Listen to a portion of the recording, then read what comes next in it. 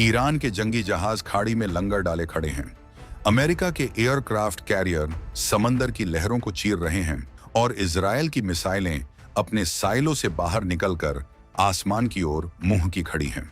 अप्रैल 2026 की ये वो घड़ी है जहां पूरी दुनिया की धड़कनें रुकी हुई हैं, क्योंकि 2 हफ्तों का वो सीज फायर जिसने अब तक दुनिया को एक महायुद्ध की आग में झुलसने से बचा रखा था, अब से कुछ ही घंटों में खत्म होने वाला है। लेकिन इस बार का तनाव पुराना वाला नहीं है, क्योंकि इस बार मामला सिर्फ वॉशिंगटन और तेहरान के बीच का नहीं रह गया है। होर्मुज की लहरों के बीच कुछ ऐसा घट गया है जिसने सीधे भारत को इस जंग के मुहाने पर लाकर खड़ा कर दिया है। क्या आपने कभी सोचा है कि अगर दुनिया की गर्दन कोई दबा दे तो क्या होगा?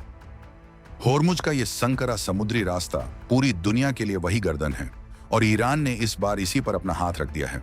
ईरान ने ऐलान कर दिया है कि जैसे ही सीज फायर की घड़ी 0 पर पहुंचेगी, वो होर्मुज झलड़ मरु मध्य यानी स्ट्रेट ऑफ होर्मुज को पूरी तरह बंद कर देगा। अब आप सोच रहे होंगे कि इसमें भारत का क्या लेना देना। असली खेल तो यहीं शुरू होता है। जब पूरी दुनिया सीज फायर खत्म होने का इंतजार कर रही थी, तभी होर्मुज के इसी खतरनाक रास्ते में भारत के 2 विशाल तेल टैंकरों पर एक जोरदार हमला हो गया। ये टैंकर भारत की रगों में दौड़ने वाले ईंधन को लेकर आ रहे थे। इस घटना ने नई दिल्ली के गलियारों में खलबली मचा दी है। भारत ने अब तक इस जंग में दूरी बना रखी थी, लेकिन अपने जहाजों पर हुए इस प्रहार के बाद भारत ने ईरान को वो चेतावनी दे दी है जो आज से पहले कभी नहीं दी गई थी। सवाल ये है कि क्या अब भारत भी इस महायुद्ध में कूदने वाला है? क्या 2026 का ये नया समीकरण पूरी दुनिया का नक्शा बदलने वाला है? चलिए जरा गहराई से समझते हैं कि आखिर ये होर्मुज का रास्ता इतना जरूरी क्यों है कि इसके बंद होने की खबर मात्र से ही न्यूयॉर्क से लेकर टोक्यो तक के शेयर बाजार धड़ाम हो जाते हैं। होर्मुज स्ट्रेट समंदर का वो हिस्सा है जो ओमान की खाड़ी और फारस की खाड़ी को जोड़ता है। इसकी चौड़ाई इतनी कम है कि दुनिया का करीब 20 से 25% कच्चा तेल सिर्फ इसी रास्ते से होकर गुजरता है। अगर ईरान इसे बंद कर दे तो दुनिया की बत्ती गुल हो सकती है। 2026 के इस दौर में जहां एनर्जी की मांग आसमान छू रही है, वहां इस रास्ते का बंद होना किसी तबाही से कम नहीं है। अमेरिका और ईरान की तनातनी तो दशकों पुरानी है, लेकिन इस बार ईरान ने इसे अपनी इज्जत का सवाल बना लिया है। अमेरिका ने ईरान पर जो नए प्रतिबंध लगाए थे, उसके जवाब में ईरान ने इसी नब्ज को दबाने का फैसला किया है। अब बात करते हैं उस घटना की जिसने भारत के सब्र का बांध तोड़ दिया।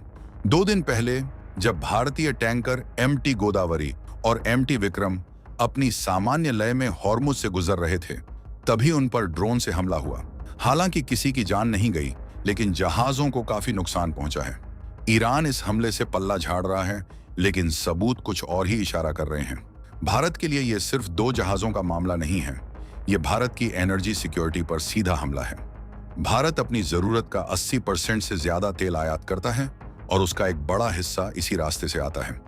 अगर हमारे जहाज सुरक्षित नहीं हैं, तो भारत की इकोनॉमी की रफ्तार थम जाएगी।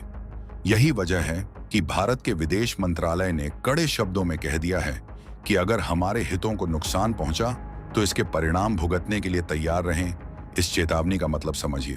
भारत ने सीधे तौर पर परिणाम यानी कॉन्सिक्वेंसेस शब्द का इस्तेमाल किया है। ये कूटनीति की भाषा में बहुत बड़ी बात होती है। इसका मतलब है कि भारत अब सिर्फ शांति की अपील नहीं करेगा, बल्कि अपनी सुरक्षा के लिए हथियार भी उठा सकता है। 2026 का भारत वो नहीं है जो सिर्फ बैठकर तमाशा देखेगा। आज हमारी नौसेना के पास वो ताकत है कि वो हजारों मील दूर जाकर भी अपने दुश्मनों को जवाब दे सकती है। हमारे डिस्ट्रॉयर्स और सबमरीन्स पहले से ही अरब सागर में गश्त लगा रहे हैं। अगर ईरान की तरफ से फिर कोई हिमाकत हुई तो भारतीय नौसेना अपने जहाजों को एस्कॉर्ट करने के लिए होर्मुज के अंदर घुस सकती है। और अगर ऐसा हुआ तो ये पहली बार होगा जब भारत किसी खाड़ी युद्ध में इतना खुलकर सामने आएगा। ईरान और अमेरिका के बीच चल रही ये खींचतान अब एक ऐसे मोड़ पर है जहां से वापसी का कोई रास्ता नहीं दिख रहा। अमेरिका ने अपने B-52 बॉम्बर्स को कतर के एयरबेस पर तैनात कर दिया है। दूसरी तरफ ईरान ने अपनी फतेह मिसाइलों को लॉन्च पैड पर लगा दिया है। इजराइल ने भी साफ कर दिया है कि अगर ईरान ने होर्मुज को बंद करने की कोशिश की तो वो चुप नहीं बैठेगा। लेकिन इन सब के बीच भारत की भूमिका सबसे अहम हो गई है। चीन इस पूरे मामले पर चुपचाप नजर गड़ाए बैठा है। चीन को लग रहा था कि इस जंग में सिर्फ अमेरिका फंसेगा, लेकिन अब जब भारत के टैंकरों पर हमला हुआ है तो चीन के माथे पर भी पसीना आ गया है। आखिर चीन का तेल भी तो इसी रास्ते से आता है। जरा सोचिए, अगर भारत इस जंग में सीधे तौर पर शामिल नहीं भी होता तो भी उसका प्रभाव क्या होगा। जैसे ही होर्मुज बंद होगा, पेट्रोल और डीजल की कीमतें एक ही दिन में 50 से 100 रुपए तक बढ़ सकती हैं। महंगाई का वो दौर आएगा जिसे संभालना नामुमकिन हो जाएगा।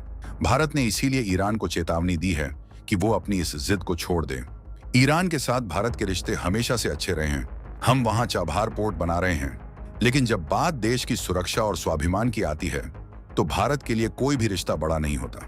नई दिल्ली से तेहरान को गया संदेश साफ है, दोस्ती अपनी जगह, लेकिन हमारे जहाजों पर हमला बर्दाश्त नहीं किया जाएगा। यहाँ एक और टेक्निकल बात समझना जरूरी है। होर्मुज में जो हमला हुआ उसमें किस तरह की टेक्नोलॉजी का इस्तेमाल किया गया। एक्सपर्ट्स का कहना है कि ये लो कॉस्ट सुसाइड ड्रोन थे जिन्हें राडार की पकड़ में आना मुश्किल होता है। ये वही हथियार हैं जो आजकल की जंगों का चेहरा बदल रहे हैं। अगर ईरान इन ड्रोन्स का इस्तेमाल भारतीय जहाजों के खिलाफ कर रहा है तो इसका मतलब है कि वो भारत को भी उकसाने की कोशिश कर रहा है। शायद ईरान को लगता है कि भारत के दबाव में आकर अमेरिका पीछे हट जाएगा, लेकिन ईरान ये भूल गया कि भारत किसी के दबाव में काम नहीं करता।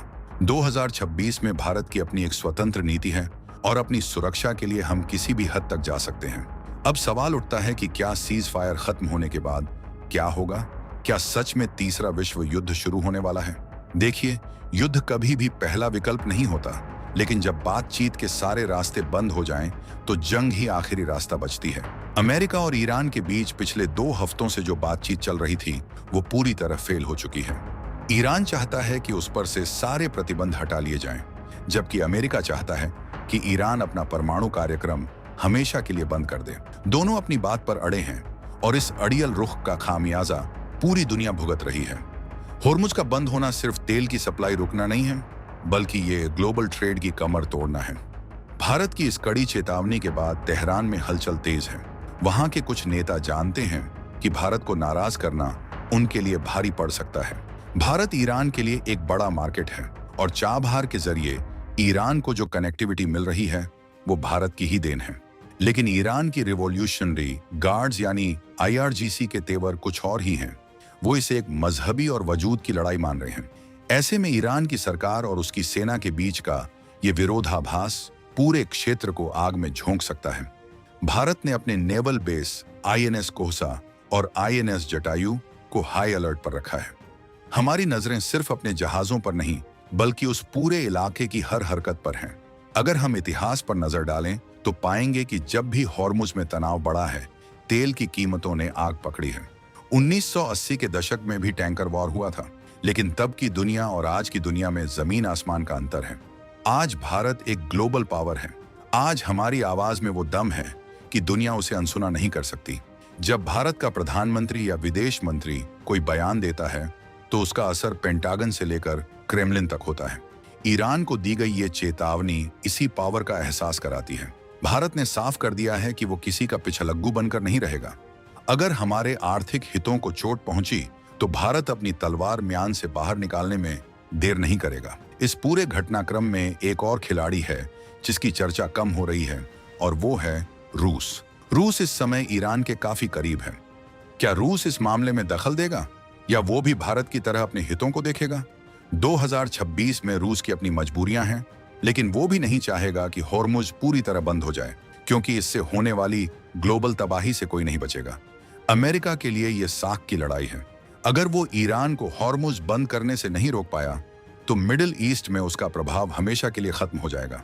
इसीलिए अमेरिका ने अपनी पूरी ताकत वहां झोंक दी है। लेकिन असली रोमांच तो अब शुरू होने वाला है। सीज फायर खत्म होने में अब चंद घंटे ही बचे हैं। होर्मुज के मुहाने पर भारतीय नौसेना के जहाज तैनात हो चुके हैं। भारत ने अपनी डिप्लोमेसी और मिलिट्री पावर दोनों को एक्टिव कर दिया है। अगर ईरान ने कोई गलत कदम उठाया तो उसे सिर्फ अमेरिका से नहीं, बल्कि एक ऐसे भारत से निपटना होगा जो अपने हक के लिए कुछ भी कर सकता है। ये सिर्फ एक खबर नहीं है, ये बदलते भारत की वो तस्वीर है जो दुनिया को बता रही है कि अब हम किसी के रहमो करम पर नहीं जीते, हम अपनी लकीर खुद खींचना जानते हैं। क्या आपको लगता है कि भारत को इस जंग में सीधे उतरना चाहिए या फिर भारत को अभी और इंतजार करना चाहिए? ये एक ऐसा सवाल है जिसका जवाब आने वाले कुछ घंटों में मिल जाएगा। ईरान की चेतावनी और भारत का पलटवार इस समय दुनिया की सबसे बड़ी हेडलाइन है। होर्मुज की वो संकरी पट्टी आज मौत का कुआं बन चुकी है, जहां से गुजरने वाला हर जहाज खतरे में है। लेकिन भारत ने तिरंगा लहराकर यह साफ कर दिया है कि हमारे जहाजों की तरफ उठने वाली हर आंख को हम पहचानते हैं। 2026 की ये कूटनीति किसी थ्रिलर फिल्म से कम नहीं है, जहां हर मिनट पर बाजी पलट रही है।